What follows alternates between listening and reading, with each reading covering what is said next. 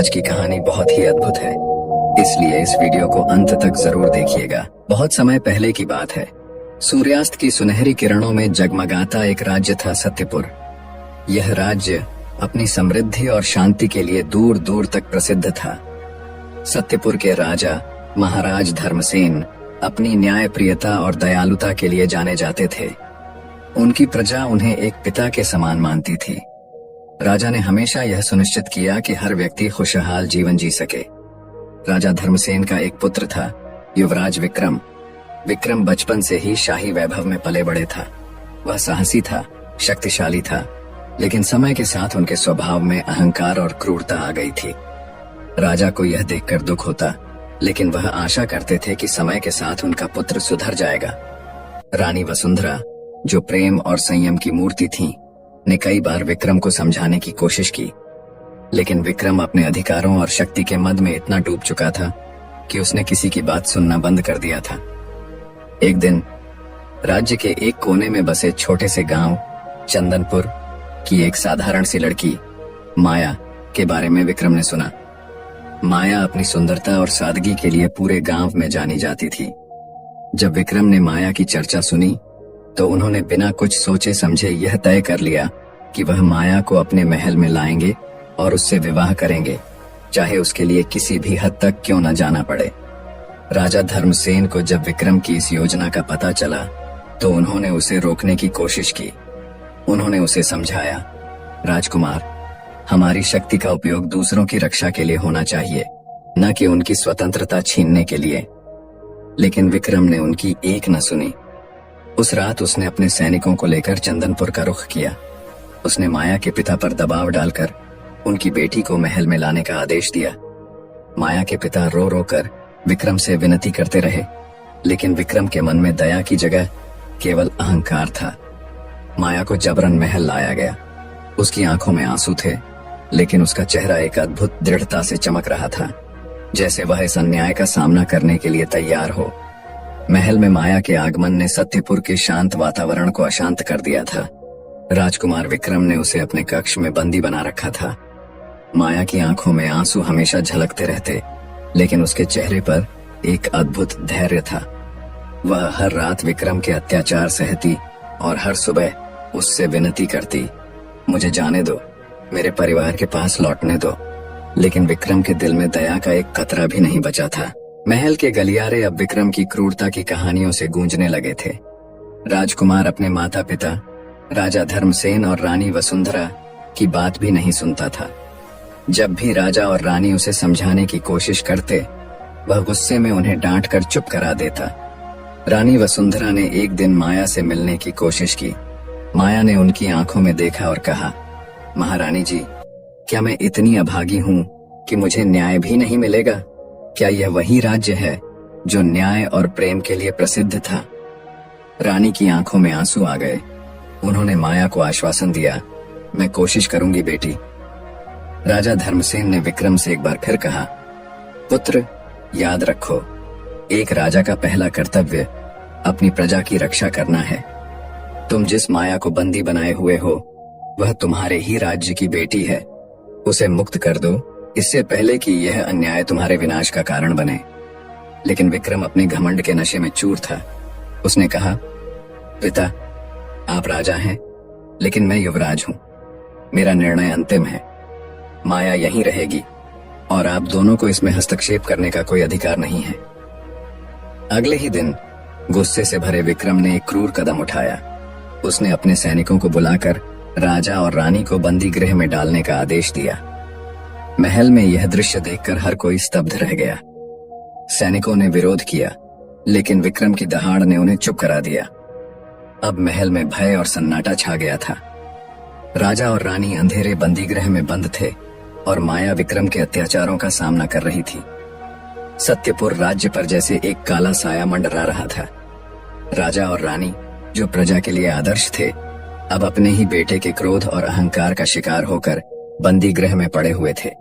महल का हर कोना अब विक्रम की क्रूरता की कहानियों से भर चुका था। वहीं माया, जो अपने सरल जीवन में खुश थी, अब महल के एक अंधेरे कक्ष में बंद थी। उसकी आंखों में आंसू सूख चुके थे। लेकिन उसका दिल साहस और प्रतिरोध से भरा हुआ था। माया ने अपनी चूड़ियों को हाथों से छूते हुए हर रात यह सोचा, क्या मैं यहां से कभी निकल पाऊंगी? क्या मुझे मेरे जीवन की खुशियां फिर से मिलेंगी? उसका हृदय किसी का नाम पुकारता था, आर्यन। वह साहूकार का बेटा, जो माया का बचपन का साथी था और जिसे वह अपने दिल की गहराइयों से प्रेम करती थी। आर्यन माया से विवाह करने का वादा कर विदेश व्यापार के लिए निकला था।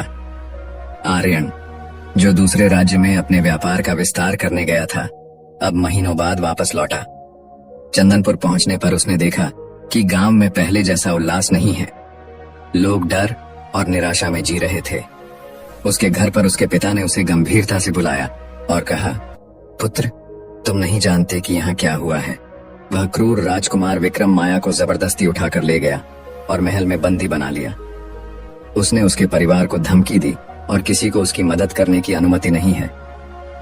आर्यन का चेहरा सुनते ही क्रोध और चिंता से भर गया। उसने माया को बचपन से जाना था। उनके बीच न केवल प्रेम था, बल्कि एक गहरा विश्वास भी। मैं माया को उस पिंजरे से निकालूंगा, चाहे इसके लिए मुझे अपनी जान ही क्यों न देनी पड़े, आर्यन ने दृढ़ता से कहा। महल में माया अपने साथ हुए अन्याय को सहते हुए भी हार मानने को तैयार नहीं थी। उसने कई बार भागने की कोशिश की, लेकिन विक्रम के सख्त पहरे ने उसकी हर योजना को असफल कर दिया। वह अक्सर अकेले बैठकर सोचती, क्या मेरे जीवन में कोई उम्मीद बची है? क्या आर्यन मेरी खोज में आएगा? माया ने यह ठान लिया था कि चाहे कुछ भी हो, वह अपने आत्मसम्मान और आजादी के लिए लड़ेगी। उसने महल के सेवकों और रक्षकों के व्यवहार को ध्यान से देखना शुरू कर दिया। उसे यकीन था कि एक दिन उसे मौका मिलेगा। आर्यन ने गांव के कुछ भरोसेमंद साथियों को इकट्ठा किया। उसने उनकी मदद से महल के अंदर जाने की योजना बनाई। एक बूढ़े सेनापति ने उसे चेताया, युवक, राजकुमार विक्रम बहुत ही क्रूर है। उसके महल में जाना और माया को निकालना आत्मघाती हो सकता है। लेकिन आर्यन ने कहा, अगर मैं यह कोशिश नहीं करूंगा तो माया के साथ साथ सत्यपुर की आत्मा भी मर जाएगी। आर्यन ने महल के बारे में जानकारी जुटाने के लिए एक पुराने दरबारी से संपर्क किया, जिसने उसे महल के गुप्त मार्गों के बारे में बताया। इस जानकारी के साथ आर्यन ने तय किया कि वह रात में महल में प्रवेश करेगा। आर्यन ने अपने हृदय में माया को बचाने का प्रण किया था। गुप्त मार्ग और अपनी योजना के साथ वह महल में दाखिल हुआ। उसने हर कक्ष, हर गलियारे को ध्यान से देखा, लेकिन माया का कोई निशान नहीं मिला। महल के अंधेरे कोनों में गश्त लगाते हुए वह बेचैन हो गया। तभी अचानक एक पहरेदार ने उसे देख लिया। पहरेदार ने जोर से आवाज लगाई, कौन हो तुम? यहाँ क्या कर रहे हो? आर्यन समझ गया कि उसकी उपस्थिति अब छिपी नहीं रह सकती। उसने अपने कदम पीछे खींचे और महल से बाहर निकलने के लिए दौड़ पड़ा। पहरेदार उसके पीछे दौड़े, लेकिन आर्यन ने अपनी फुर्ती और चतुराई से महल की सीमा पार कर ली। वह रात के अंधेरे में दूर भागते हुए एक और नगर की ओर निकल पड़ा। थकान से चूर और माया को न खोज पाने के गम में आर्यन उस दूसरे नगर के बाहर एक पेड़ के नीचे बैठा सुस्ता रहा था। तभी उसकी नजर पास ही बैठी एक लड़की पर पड़ी। लड़की का चेहरा चांदनी में दमक रहा था। वह अविश्वसनीय रूप से सुंदर थी, लेकिन उसके चेहरे पर गहरी उदासी थी। आर्यन ने पास जाकर पूछा, तुम इतनी रात को यहाँ क्या कर रही हो? तुम कौन हो? लड़की ने धीरे धीरे उसकी ओर देखा। उसकी आंखों में दर्द और आग दोनों थीं। उसने कहा, मैं एक इच्छाधारी नागिन हूं। मेरा नाम सुरभि है। आर्यन को आश्चर्य हुआ। उसने पूछा, इच्छाधारी नागिन? और यहाँ क्यों बैठी हो? सुरभि ने गहरी सांस लेते हुए कहा, इस राज्य के अत्याचारी राजकुमार ने मेरे पति, जो एक इच्छाधारी नाग थे, को जंगल में मार डाला। वह निर्दोष था, लेकिन राजकुमार ने उसे अपनी ताकत दिखाने के लिए मार दिया। मैं तब से इस अवसर की तलाश में हूं कि उससे अपना बदला ले सकूं। आर्यन ने सुरभि की बातों को ध्यान से सुना। उसे लगा जैसे नियति ने उसे और सुरभि को मिलवाया है। उसने कहा, सुरभि, मैं भी उस राजकुमार के अत्याचार का शिकार हूं। उसने मेरी माया को महल में बंदी बना रखा है। मुझे तुम्हारी मदद की जरूरत है। सुरभि ने आर्यन की ओर देखा और कहा, तुम्हारे हृदय में सच्चाई और साहस है। मैं तुम्हारी मदद करूंगी, लेकिन इस संघर्ष में तुम्हें भी मेरी मदद करनी होगी। आर्यन ने सहमति में सिर हिलाया। तुम्हारा बदला मेरा उद्देश्य बनेगा, लेकिन पहले हमें एक योजना बनानी होगी। सुरभि ने अपनी शक्तियों का उपयोग करने का प्रस्ताव रखा। उसने कहा, मैं महल में आसानी से घुस सकती हूँ। मैं वहां के हर कोने को जान सकती हूँ और तुम्हें माया का ठिकाना बता सकती हूँ, लेकिन बदले में मुझे उस राजकुमार को खत्म करने का अवसर चाहिए। आर्यन और सुरभि के बीच एक समझौता हुआ। इच्छाधारी नागिन सुरभि ने मिलकर एक साहसी योजना बनाई।